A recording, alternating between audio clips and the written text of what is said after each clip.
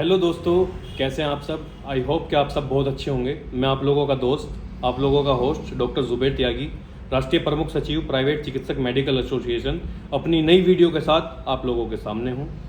दोस्तों, आज हम लोग बात करने वाले हैं एक बहुत अहम मुद्दे पर। आप सभी लोग अवगत हैं कि मैं किस बारे में बात करना चाह रहा हूं। आजकल एक न्यूज़ बहुत वायरल हो रही है सोशल मीडिया पर, जिससे गांव देहात में बैठे, मालिन बस्तियों में बैठे ग्रामीण आरएमपी चिकित्सकों में खौफ है। सभी व्हाट्सएप के जितने भी ग्रुप्स हैं, सब में डेली दिखाया जाता है कि 20 क्लिनिक सीज हो गए, 50 क्लिनिक सीज हो गए। स्वास्थ्य विभाग की गाड़ियाँ घूम रही हैं, उनके साथ पुलिस वाले घूम रहे हैं। क्या ये चिकित्सक जो प्रैक्टिस कर रहे हैं गांव देहात में, अर्बन क्षेत्र में, मालिन बस्तियों में बैठे हैं, 10, 20, 50 रुपए की जो दवाइयाँ दे रहे हैं, क्या ये अपराधी हैं जो इनकी क्लिनिक सीज करने के लिए स्वास्थ्य विभाग पुलिस को लेकर साथ में घूम रहे हैं? दोस्तों, जब ये सब देखते हैं, ये सब सुनने को मिलता है, तो दिल में एक बड़ी टीस होती है। हम वही चिकित्सक हैं, हम वही आरएमपी ग्रामीण चिकित्सक हैं जिन लोगों ने कोरोना काल में सरकार के साथ में कंधे से कंधा मिलाकर कार्य किया। मैं आप लोगों को बताना चाहता हूं, आप लोगों को विश्वास दिलाना चाहता हूं और माननीय मुख्यमंत्री योगी आदित्यनाथ जी से निवेदन करता हूं, आग्रह करता हूं, श्रीमान जी, ये वही चिकित्सक हैं जिन्होंने कोरोना काल में सरकार के साथ कंधे से कंधा मिलाकर कार्य किया। लेकिन आज आपके एक ऑर्डर की वजह से ये सब लोग अपनी रोजी रोटी के लिए तरस रहे हैं। ये लोग जाएं तो जाए कहाँ? यूपी के अंदर, उत्तर प्रदेश के अंदर 25 लाख ग्रामीण चिकित्सक हैं जो स्वास्थ्य विभाग से अनरजिस्टर्ड हैं। क्या आप लोगों के पास में, सरकार के पास में इनको देने के लिए नौकरी है? इन लोगों को देने के लिए रोजगार है? नहीं है ना। श्रीमान जी, ये वही चिकित्सक हैं जो गांव देहात में बैठे हुए लोगों को लिए 150 रुपये में उनका इलाज करते हैं। आधी रात को अगर ज़रूरत पड़े तो ये लोग आधी रात को आ जाते हैं। क्या गांव देहात में सरकार गवर्नमेंट चिकित्सक, एमबीबीएस चिकित्सकों को मुहैया करा सकता है? क्या सभी जो गांव में, देहात में सीएचसी, पीएचसी बनी हुई हैं, वहाँ पर कितने एमबीबीएस डॉक्टर हैं? इस बात का सरकार जवाब दे कि वहाँ कितने डॉक्टर हैं, कितने चिकित्सक हैं। अगर यही ग्रामीण चिकित्सक, आरएमपी चिकित्सक, गांव देहात में बैठे हुए चिकित्सक 10 दिन के लिए हड़ताल कर दें, 10 दिन के लिए ये लोग अपने क्लिनिक बंद कर दें, तो जो स्वास्थ्य केंद्र खुले हुए हैं, सामुदायिक स्वास्थ्य केंद्र खुले हुए हैं, वहाँ इतनी भीड़ हो जाएगी माननीय मुख्यमंत्री जी कि वहाँ पर जो आप लोगों के चिकित्सक हैं, जो लोग एमबीबीएस डॉक्टर बैठे हुए हैं, वो इनको नहीं संभाल पाएंगे। मैं सर आपको एक बार फिर से अवगत कराना चाहता हूं, ये वही चिकित्सक हैं जिन्होंने कोरोना काल में कंधे से कंधा मिलाकर सरकार का साथ दिया। इन्होंने रात दिन एक किया, अपने बीवी बच्चों की परवाह नहीं की, लोगों की सेवाएं की, निरंतर सेवाएं की। जो एमबीबीएस डॉक्टर हैं वो क्लिनिक छोड़कर अंडरग्राउंड हो गए थे सर। उस टाइम पर ये लोग सेवाएं दे रहे थे। ये लोगों से ये नहीं पूछते कि आपके पास पैसा है या नहीं है। एमबीबीएस डॉक्टरों की तरह एमबीबीएस डॉक्टर की सर शकल भी देखने को तब मिलती है जब बाहर फीस जमा की जाती है 500-700 रुपये। फिर उसके बाद 1000-1500 रुपये के टेस्ट और 1000 रुपये की दवाई है। तो क्या एक आम आदमी अपना ट्रीटमेंट लेने के लिए, नज़ला खांसी बुखार के लिए 2500-3000 रुपये खर्च करेगा सर? नहीं कर सकता। अगर किसी को नज़ला खांसी, जुकाम, बुखार, ये लोग फर्स्ट एड देने का काम करते हैं सर। ये लोग केवल और केवल फर्स्ट एड देने का काम करते हैं। तो मेरी सरकार से गुजारिश है, निवेदन है कि इन लोगों को अपराधी बनाने का कार्य बिल्कुल ना किया जाए। और यदि इनको अपराधी बनाने का कार्य किया जा रहा है, इनके क्लिनिक सीज किए जा रहे हैं, इनकी रोजी रोटी इनसे छीनी जा रही है, तो ये लोग क्या करेंगे? जितने भी गांव देहात में आरएमपी चिकित्सक बैठे हुए हैं, ग्रामीण क्षेत्रों में जो चिकित्सक बैठे हुए हैं, मैं उनसे बता देना चाहता हूं, उनको अवगत करा देना चाहता हूं, अगर सरकार नहीं मानती, इसी तरह की छापेमार कार्रवाई करती है, छापेमार कार्रवाई बंद नहीं करती, तो साथियों, हम लोग एक बड़े आंदोलन की तैयारी कर रहे हैं। हम लोग एक बड़ा आंदोलन करने वाले हैं बहुत जल्द, जिसमें आप सभी से निवेदन करता हूँ, आप सबको एक आवाज़ पर एक ध्वज के नीचे आना होगा। अगर अपनी रोजी रोटी बचानी है तो, अगर अपनी रोजी रोटी नहीं बचानी है, अपने बीवी बच्चों को नहीं पालने हैं, अपने बीवी बच्चों का पेट नहीं पालना है, तो मत आइए। लेकिन अगर आप लोगों को अपनी रोजी रोटी बचानी है, अपने बीवी बच्चों का पेट पालना है, तो आप सबको एक ध्वज के नीचे आना पड़ेगा, और वो है PCM में, प्राइवेट चिकित्सक मेडिकल एसोसिएशन। आप लोगों को सिक्योरिटी चाहिए, हम लोग देंगे नहीं। आप लोगों को अवेयरनेस चाहिए, हम देंगे। आप लोगों को एजुकेशन चाहिए, हम देंगे। लेकिन मेरे साथियों, आप लोगों को एक ध्वज के नीचे आना पड़ेगा। जब तक आप लोग नहीं आएंगे, इसी तरह से आप लोग प्रताड़ित किए जाएंगे। अकेले अकेले फिरोगे तो शिकार हो जाओगे, संगठन में रहोगे तो कोई आप लोगों का कुछ नहीं बिगाड़ पाएगा। हम लोग बहुत जल्द एक बड़ा आंदोलन करेंगे। अगर हमसे हमारी रोजी रोटी छीनी जाती है तो हम वो दिन दूर नहीं जब कलेक्ट्रेट पर धरना देंगे और बूट पॉलिश लेकर बैठेंगे। जब हमारे पास रोजगार नहीं होगा, हमारा क्लिनिक नहीं होगा, तो क्या करेंगे? बूट पॉलिश कर लेंगे, लोगों के बूट पॉलिश करेंगे। हम कलेक्ट्रेट का घेराव करेंगे, बड़ा आंदोलन करेंगे और वहाँ पर बूट पॉलिश लेकर बैठेंगे।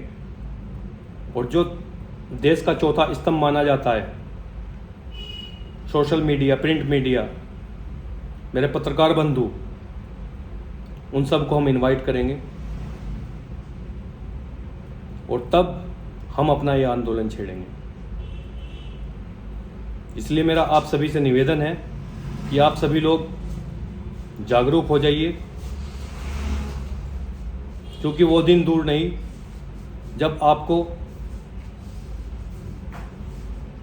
क्लिनिक बंद करके आप पर FIR की जाएंगी, आपको अपराधी बनाने का कार्य किया जाएगा। इसलिए आप सभी से निवेदन है कि आप सब लोग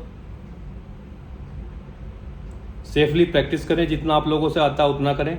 और हाँ, एक बात और, अगर आप लोगों के पास पैरामेडिकल मेडिकल में कोई डिग्री डिप्लोमा नहीं है तो आप बहुत जल्द करके सबसे पहले अपनी एजुकेशन को बढ़ाने का कार्य करें, क्योंकि कोई भी मौका सरकार को ऐसा ना दें जिससे कि वो आपकी क्लिनिक सील कर सके, आपकी रोजी रोटी छीन सके।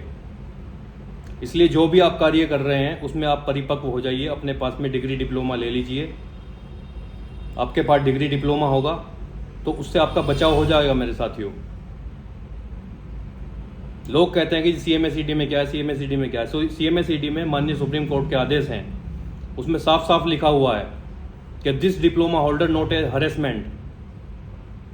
अगर आपके पास CMSED है तो आपको जेल नहीं होगी, आपका वकील आपकी CMSED को ही MBBS बनाकर पेश कर देगा मेरे साथियों, लेकिन आपको जेल नहीं होने देगा। इसलिए आपसे निवेदन है कि अगर आपके पास कुछ नहीं है मेडिकल पैरामेडिकल में, तो आप अपने पास डिग्री डिप्लोमा कर लीजिए, और नहीं कर सकते तो अपनी क्लिनिक बंद कर दीजिए।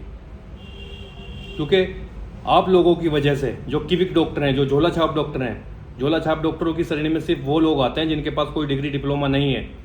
अगर आपको अपने ऊपर से ये कलंक उठाना है, हटाना है, तो आप बहुत जल्द करके मेडिकल पैरामेडिकल में कोई भी डिग्री डिप्लोमा कर लीजिए और इस कलंक से अपने आप को मुक्त कर लीजिए।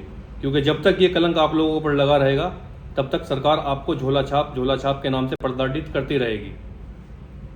चलिए दोस्तों, मैं सरकार को विश्वास दिलाना चाहता हूँ, यही झोला छाप चिकित्सक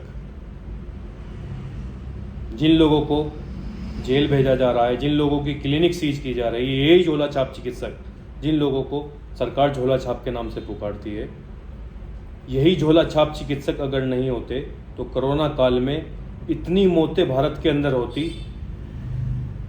कि सरकार के पास आंकड़ा ना होता। इन्हीं झोला छाप लोगों ने आधी पब्लिक को संभाल रखा था। जो MBBS डॉक्टर थे वो तो अंडरग्राउंड थे, कुछ तो देश छोड़कर भाग गए।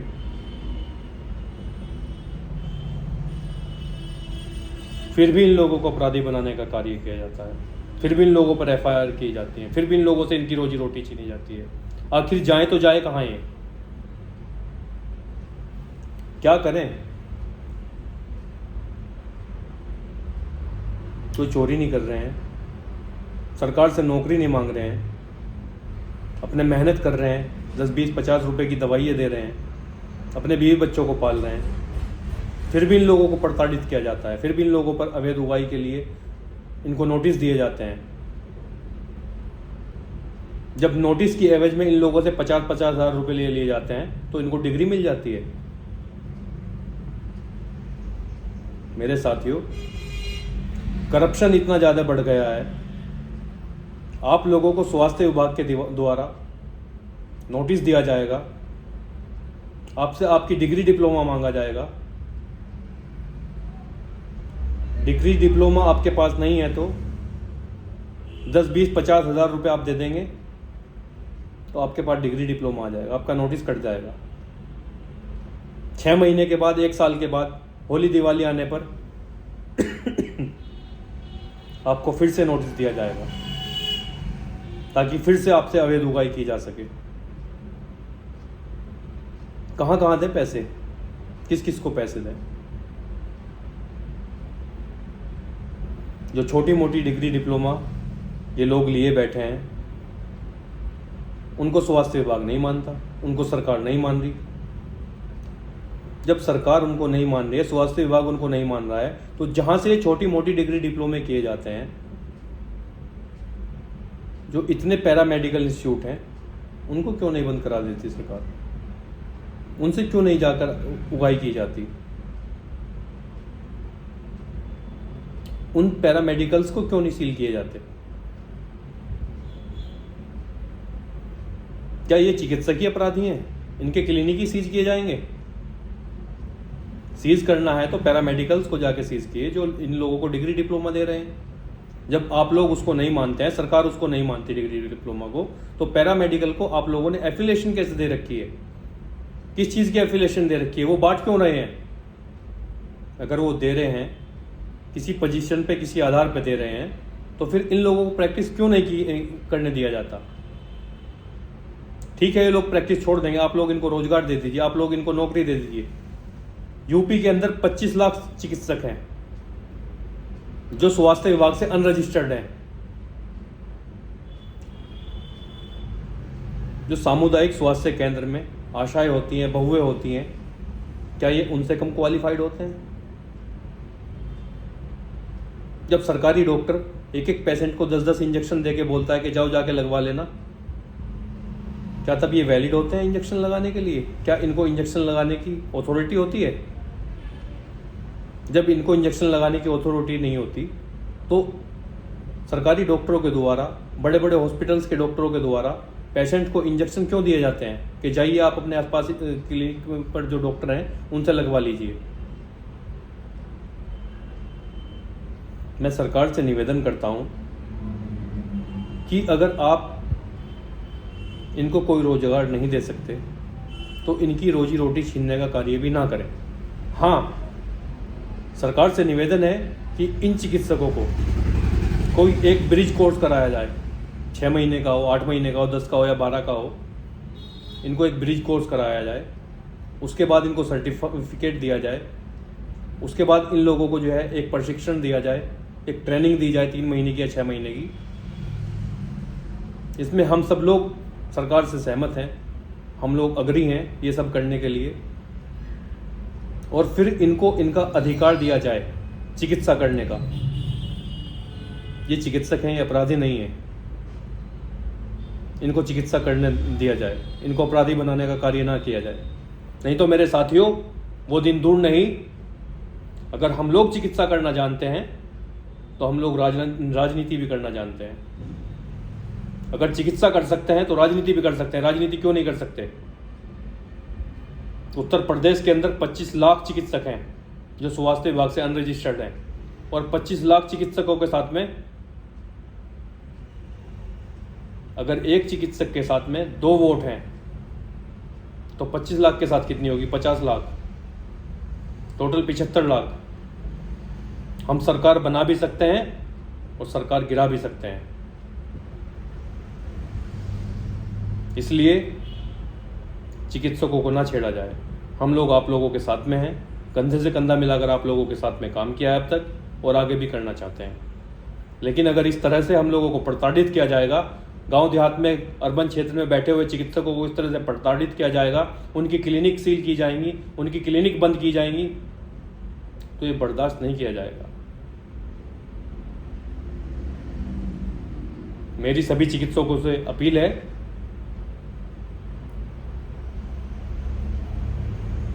जितना कार्य उनसे आता है वो सिर्फ उतना कार्य करें। फर्स्ट एड देने का कार्य करें। पेशेंट एडमिट करने का काम हमारा नहीं है। अगर कोई पेशेंट आपको ऐसा लगता है कि उसको एडमिट करना है तो आप उसको हायर सेंटर भेजिए, अपने पास एडमिट मत कीजिए। कोई भी कार्य ऐसा ना कीजिए जिससे सरकार आप पर उंगली उठा दे।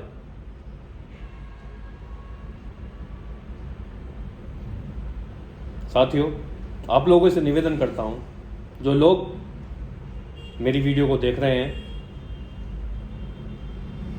वो वीडियो को लाइक करें, चैनल को सब्सक्राइब करें और वीडियो को शेयर करें, ताकि ज़रूरतमंद लोगों तक ये वीडियो पहुंच सके। आपसे फिर निवेदन करता हूं, जो लोग अकेले हैं वो संगठन में आ जाओ, सुरक्षित रहोगे। संगठन ही एक ऐसी चीज़ है जो आपको सुरक्षा दे सकता है। इसलिए आपसे निवेदन है, संगठन में आओ, संगठित रहो और संघर्ष करो।